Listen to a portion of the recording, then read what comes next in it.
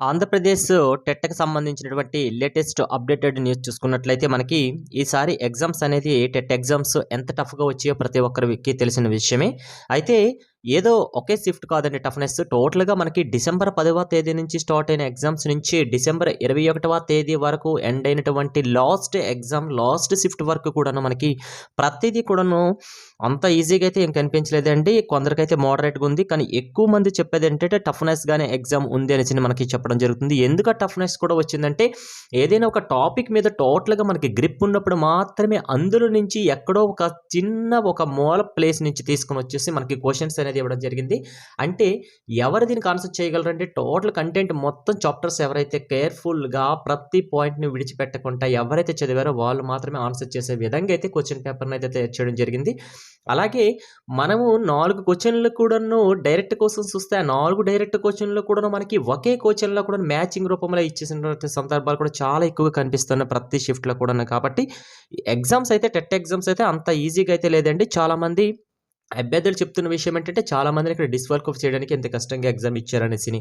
అలాగే ఈసారి అయితే మనకి సర్వీస్‌లో ఉన్న టీచర్స్ కూడా ఎగ్జామ్స్ రాస్తున్నారు కదా! వాళ్ళకి కూడా కొన్ని నియమ నిబంధనలు అనేవి కూడా మనకి సుప్రీం కోర్ట్ అనేది ఆర్డర్స్ పాస్ చేయడం కూడా జరిగింది. అయితే వీళ్ళు ఇది ఎందుకు ఇంత కష్టతరం వచ్చింది అంటే చాలామంది అవుట్‌లైన్స్ విధంగా చూసుకొని మాత్రం ఎగ్జామ్స్‌కెళ్లారు. వాళ్ళకైతే ఆహ్, ఇబ్బంది పడ్డారైతే ఎవరైతే టోటల్ కంటెంట్ చదివారో వాళ్ళకైతే కొద్దిగా ఓకే.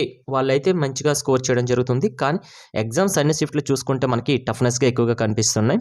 ఈజీగా అయితే ఎగ్జామ్ అయితే అంతగా ఏం లేదండి.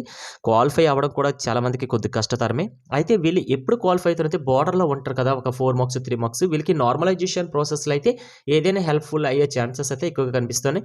ఆల్రెడీ మనకి ఏటి కేటగరీ పర్సన్స్ ఎంత పర్సెంటేజ్ క్రాస్ చేయాలి, ఎన్ని మార్క్స్ క్రాస్ చేయాలనేది చూసుకుంటే ఆల్రెడీ మనకి ప్రీవియస్‌గా కొన్ని వీడియోస్ చేసాం. అక్కడ మీరు చూడొచ్చు. అలాగే అన్ని షిఫ్ట్‌లు కూడానండి సంబంధించినటువంటి కీస్ అయితే ఆల్రెడీ విడుదలైపోయాయండి. మొత్తం 58 కీస్ అనేది మనకి అఫీషియల్ వెబ్‌సైట్ అయినటువంటి ఏపీ టెట్ అఫీషియల్ వెబ్‌సైట్‌లో అయితే మనకు పొందుపరచడం జరిగింది. మీరు అవన్నీ కూడా మీ అఫీషియల్ వెబ్‌సైట్‌లో మీరు చెక్ చేసేసుకోవచ్చు. మీ యొక్క క్యాండిడేట్ లాగిన్ ఐడీకి వెళ్ళేసి మీరు ఓపెన్ చేస్తే మీకు ఆల్రెడీ మీ రెస్పాన్స్ షీట్స్ అనేది ఓపెన్ అవుతున్నాయి. అలాగే అబ్జెక్షన్స్ ఉంటే మీ లాగిన్ ఐడీను రైట్ చేయండి. అయితే చాలామందైతే ఒక బ్రదర్ నాకు నిన్న కామెంట్ చేశారు ఏంటంటే, "బ్రదర్ ఇప్పుడు కామెంట్ చేసే వాళ్ళకే ఓన్లీ మార్క్స్ యాడ్ అవుతాయా? లేకపోతే కామెంట్ చేయని వాళ్ళకి యాడ్ అవ్వవా?" అనేసి ఒక బ్రదర్ అయితే నాకు చేశారు. అలా ఏం లేదండి. ప్రతి ఒక్కరు కూడా అబ్జెక్షన్ చేయండి. ఎవరో చేస్తే మనకు మార్క్స్ కలుస్తాయి కదా! అనేసి కాదు. ప్రతి ఒక్కరు కూడా అబ్జెక్షన్ చేయండి. మీ మొబైల్ ఫోన్స్ ఉంటాయి కదా! మీ మొబైల్ ఫోన్స్‌లో లాగిన్ అయ్యేసి మీకు ఏ క్వెషన్స్‌కి ఆన్సర్ వాళ్ళు రాంగ్‌గా ఇచ్చారు. మీరు అనుకున్న రైట్ ఆన్సర్ ఏంటి? దానికి ప్రూఫ్ ఏంటి? ఏ పేజ్ నంబరు? ఏ టెక్స్ట్ బుక్కు? ఎక్కడి నుంచి తీసుకున్నారు? అది ఆ ఇన్ఫర్మేషన్ మొత్తం కూడా మీరు సెండ్ చేయండండి. వాళ్ళ అబ్జెక్షన్స్ అయితే ప్రతి ఒక్కరివి చూస్తారు. అయితే ఒకరికి అబ్జెక్షన్ చేసేటప్పుడు రైట్ వచ్చేటప్పుడు నీకు కూడా రైట్ వస్తది తప్ప నీకు రాంగ్ చేయరండి. ఒక అభ్యర్థికి కలిస్తే అందరు అభ్యర్థులు కూడా ఆ షిఫ్ట్‌లోన ఆ బిట్ ఎంతమందికి రాంగ్‌గా అనిపించిందో వాళ్ళందరికీ కూడాను కంపల్సరీగా అయితే యాడ్ చేయడం అనేది జరుగుతుంది. ఓకే. నెక్స్టు నార్మలైజేషన్ అనేది శాస్త్రీయంగానే జరుగుతుందని స్టాండర్డ్స్‌లోనే జరుగుతుంది. ఆల్రెడీ నార్మలైజేషన్ ప్రాసెస్ అనేది ఏ విధంగా చేస్తారనేది చూసుకుంటే, అయితే ఈసారి అంటే మనం ఆల్రెడీ నార్మలైజేషన్ ప్రీవియస్‌గా అన్ని ఎగ్జామ్స్‌కి చూసుకున్నట్లయితే ఒక ఎగ్జామ్ ఈజీగా రావడం, ఇంకొక ఎగ్జామ్ టఫ్‌గా రావడం, ఒకటి మీడియంగా రావడం ఈ రకంగా జరిగింది. కానీ ఈసారి మాత్రం ప్రతి ఒక్కరికి కూడా టఫ్‌నెస్ ఎక్కువగా ఉంది కాబట్టి ఇక్కడ ప్రతి ఒక్కరికి కూడాను మార్క్స్ అయితే యాడ్ అయ్యే ఛాన్సెస్ అయితే ఉంటదండి నార్మలైజేషన్‌లో. అయితే ఎన్ని మార్క్స్ యాడ్ అవుతాయి? ఎన్ని మార్క్స్ యాడ్ అవుతాయి అనేది మాత్రం నేనే కాదండి. ఎవరు కూడా క్లారిటీగా చెప్పలేరు. చెప్పరు కూడాను. ఎందుకంటే అది శాస్త్రీయంగా జరుగుతుంది. వాళ్ళ టఫ్‌నెస్‌ని ఈక్వాలిటీ చేసేసి, ఆ ఈక్వాలిటీకి వచ్చిన మార్క్స్ అనేది వాళ్ళకి ఎంత యాడ్ చేయాలి టోటల్‌గా సమ్ చేస్తే అనేది వాళ్ళ శాస్త్రీయంగా జరుగుతుంది. అది ఒక ఫార్ములా ప్రకారంగా జరుగుతది కాబట్టి ఎవరు కూడా కన్ఫర్మ్‌గా చెప్పలేరండి. నేనే కాదు ఎవరు కూడా చెప్పలేరు. ఎవరు చెప్పినా కూడా అది రాంగ్ అవుతది తప్ప రైట్ అయ్యే ఛాన్సెస్ ఉండదు. అయితే మినిమమ్ అయితే 5 మార్క్స్ అయితే యాడ్ అయ్యే ఛాన్సెస్ ఉందని చెప్తున్నాను. ఇది కూడా క్లారిటీ కాదండి. ముందులే చెప్తున్నాను. ఇది కూడా క్లారిటీ కాదు. నార్మలైజేషన్‌లో దీనికంటే ఎక్కువ మార్క్సే మనకి యాడ్ అవ్వచ్చు. లేకపోతే దీనికంటే 4 మార్క్స్ అయినా యాడ్ అవ్వచ్చు. 3 మార్క్స్ అయినా యాడ్ అవ్వచ్చు. ఓకే. కానీ నార్మలైజేషన్‌లో అయితే ఈసారి మాత్రం పక్కాగా అయితే మార్క్స్ యాడ్ అయ్యే ఛాన్సెస్ అయితే చాలా ఎక్కువగా కనిపిస్తున్నాయి. ఫైనల్ రిజల్ట్ షెడ్యూల్ ప్రకారం మనం చూసుకుంటే ఆల్రెడీ మనకి అఫీషియల్‌గానే మనకి షెడ్యూల్ రిలీజ్ చేశారు కదా! మనకి ఇక ఇనిషియల్‌కి పలానా డేట్‌కి ఇస్తారనేసని, అందులో అబ్జెక్షన్స్ పలానా డేట్‌కి ఇస్తారనేసని, అలాగే ఫైనల్‌కి ఒకరోజు ఇస్తారండి. ఫైనల్ రిజల్ట్ మనకి 19థ్ జాన్వరి 2026 ఇస్తారని చెప్పారు కదా!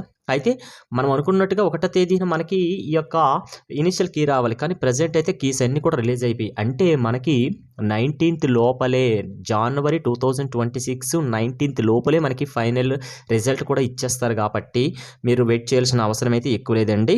కంపల్సరీగా అయితే ముందే మనకి వచ్చేస్తుంది రిజల్ట్. అలాగే 2026కి సంబంధించినటువంటి జనవరి ఎండింగ్లో కానీ ఫిబ్రవరి ఫస్ట్ వీక్లో కానీ నోటిఫికేషన్ రావడానికి అవకాశం ఎక్కువ ఉంది. ఎందుకంటే మనకి పంచాయతీకి సంబంధించిన ఎలక్షన్స్ ఉన్నాయి కాబట్టి మ్యాక్సిమం మనకి జనవరిలో అయితే కంపల్సరీగా అయితే ఎండింగ్ కానీ లేకపోతే ఫెబ్లోనో స్టార్టింగ్ ఫస్ట్ వీక్లో కానీ మనకి నోటిఫికేషన్ రావడానికి చాలా దగ్గరగా అవకాశాలు ఉన్నాయి కాబట్టి ప్రతి ఒక్కరు కూడా ఇప్పుడే ప్లాన్ ప్రకారంగా అయితే చదివేసుకోండి. ఓకే.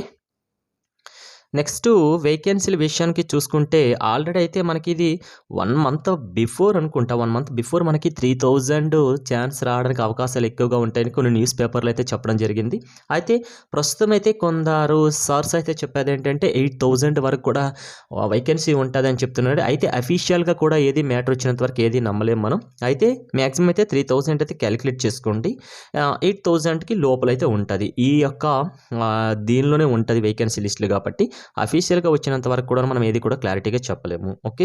నెక్స్ట్ టెట్ ఎగ్జామ్స్ ఎంత కష్టంగా ఉన్నాయంటే ప్రజెంట్ ఇప్పుడు టెట్ ఎగ్జామ్స్ కష్టంగా ఉన్నాయంటే నెక్స్ట్ డిఎస్సి 2026 పేపర్స్ ఎలా ఉంటాయనేది నేను చెప్పవసరం లేదనండి, మీకు అర్థమైపోయి ఉంటుంది. కాబట్టి ఇప్పటి నుంచే ప్లాన్ చేసుకోవడం చదివితే మీకే best. Okay. Thanks for watching.